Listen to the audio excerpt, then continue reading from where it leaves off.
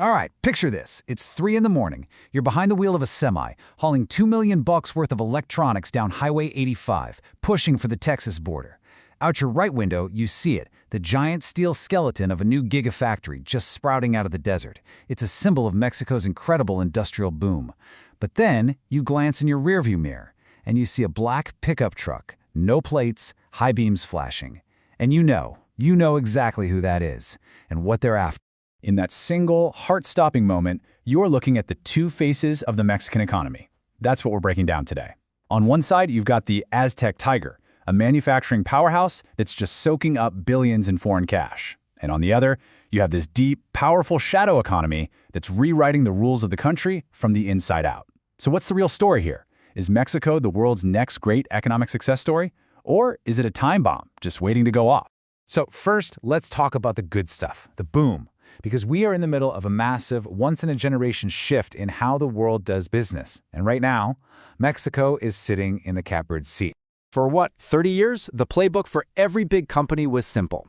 If you wanted to build something, you built it in China. It was cheap, it was easy, but after 2020, that all changed. Suddenly, supply chains were snapping, and political tensions were through the roof. And CEOs all over the world had this collective panic attack, realizing that having their entire production line halfway across the globe was, well, a really, really bad idea. The new game became nearshoring, and Mexico was ready and waiting. And the result has been nothing short of a gold rush. I mean, let this sink in. For the first time in 20 years, the United States is now buying more from Mexico than it does from China. This isn't just some minor adjustment on a chart, folks. This is a fundamental realignment of global trade happening right before our eyes. So you have to ask, why Mexico? Well, it's kind of the perfect storm of advantages. First, you're literally next door to the biggest consumer market in the world. You've got a huge young workforce, and you're part of the USMCA, that big free trade deal. But here's the real kicker, the part that shows you the crazy geopolitical chess game being played. Even Chinese companies are now rushing to build factories in Mexico. Why? Because a car made in Mexico can drive right into the US without those massive tariffs that get slapped on goods coming straight from China. It's a brilliant, if not a little cheeky, workaround. All of this foreign investment, all this cash pouring in, created something nobody saw coming, the super peso. For years, the Mexican peso was kind of a punching bag on the global currency markets. But now, it's been hitting the gym. It's gotten incredibly strong against the dollar, defying pretty much every single expert's prediction. But, and this is a big but, here comes the reality check. While all the headlines are screaming economic miracle, the country's infrastructure is screaming for help. You see, all these new billion-dollar factories need two really basic things to run: power and water. And Mexico is running short on both.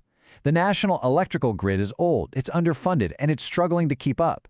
And in major industrial cities like Monterrey, the droughts have gotten so severe that companies have literally had to halt production. It turns out the Aztec Tiger is getting pretty thirsty. And a shaky infrastructure, well, that's just the tip of the iceberg. For all the incredible momentum we've seen, there are three massive, heavy anchors that are threatening to drag this whole ship right down to the bottom. The shadow state.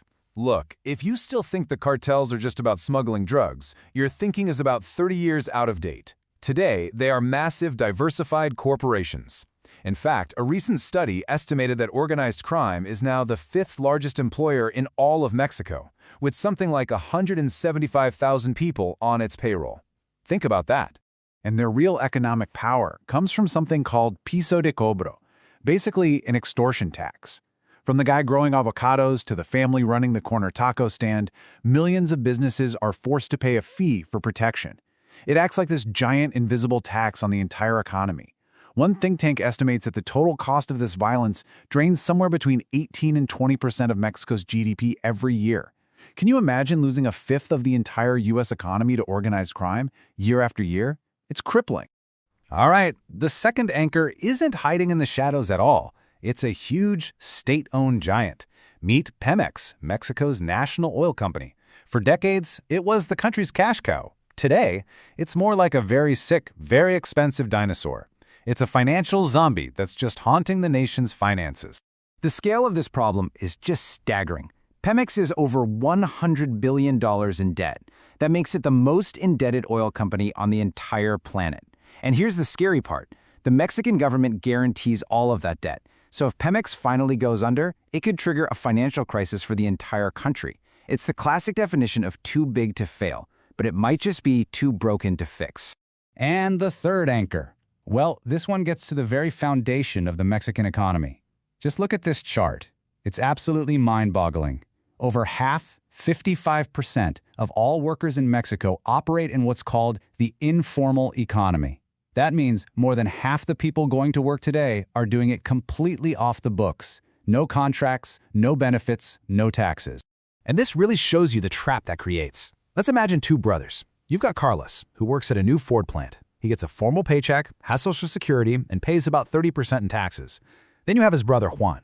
He runs a successful taco stand, all cash. He pays 0% in taxes. Now in the short run, Juan is keeping way more of his money.